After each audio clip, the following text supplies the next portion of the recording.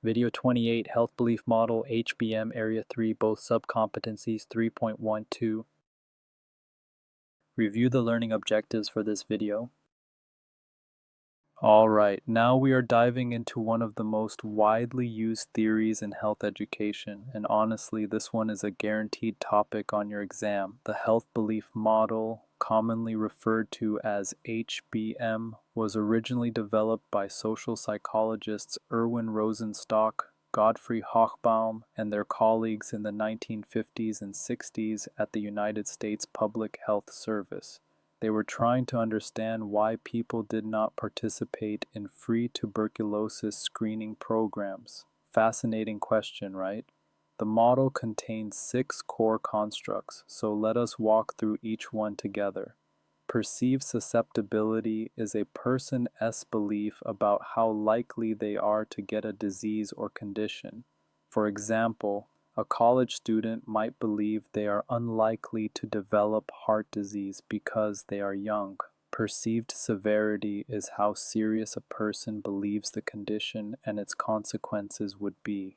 Even if someone thinks they could get the flu, they might not take action if they believe the flu is not a big deal. Now here is an important connection to remember. Together, perceived susceptibility and perceived severity combine to form what we call perceived threat. The higher the perceived threat, the more motivated a person is to act. Perceived benefits refer to a person's belief that taking a specific action will actually reduce the threat. Perceived barriers are the obstacles or costs a person associates with taking that action.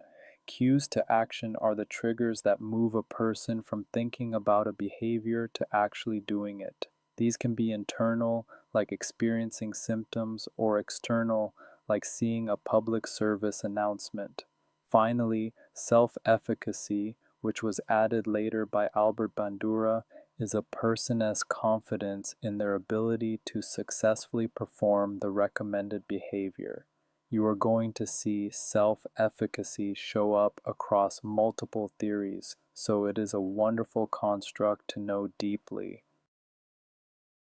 Let us take a closer look at how perceived susceptibility and perceived severity work together, because this pairing is really central to the whole model.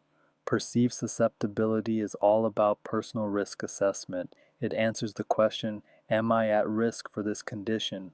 It is influenced by personal experience, family history, and the information a person has received. As a health educator, you can increase perceived susceptibility through targeted risk communication, such as sharing statistics about how common a condition is in a specific demographic group. Perceived severity addresses how bad the consequences would be. It includes both medical consequences, such as pain, disability, or death, and social consequences such as lost work time, financial burden, or impact on family relationships. You can increase perceived severity through outcome education that presents realistic portrayals of what happens when a condition goes untreated. Now, here's the key thing to understand.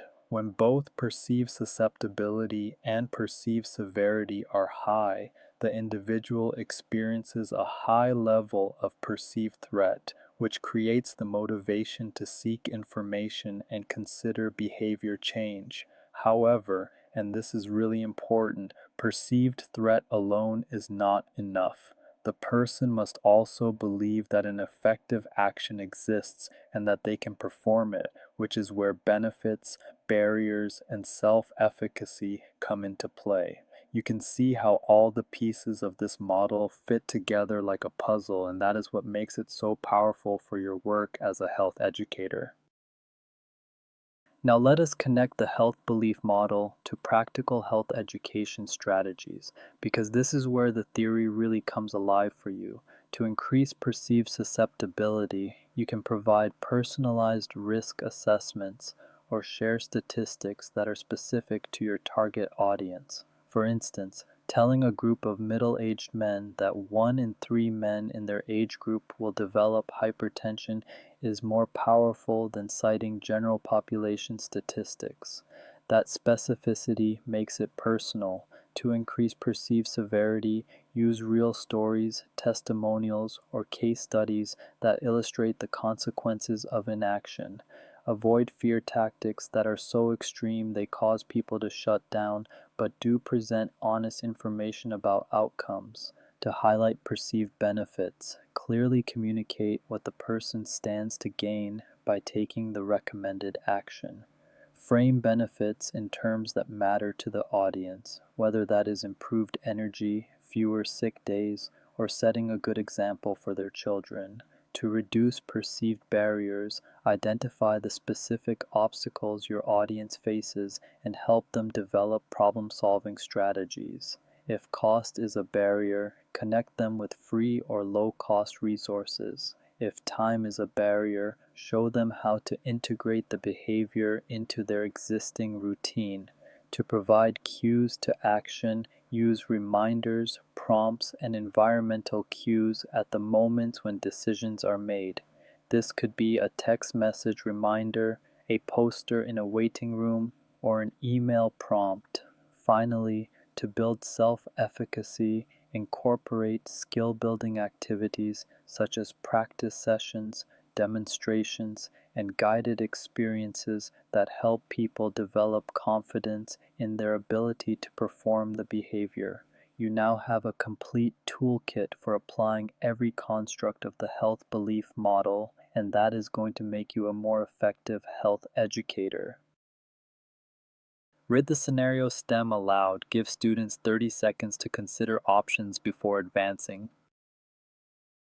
The correct answer is B. The community shows low perceived susceptibility, so localized statistics directly address this gap. The reported barriers of cost and time off work are practical obstacles that can be reduced by offering free weekend screenings. Option A uses fear tactics without addressing barriers. Option C addresses a skill that is not relevant to the screening decision. Option D provides cues without addressing the foundational beliefs that drive action.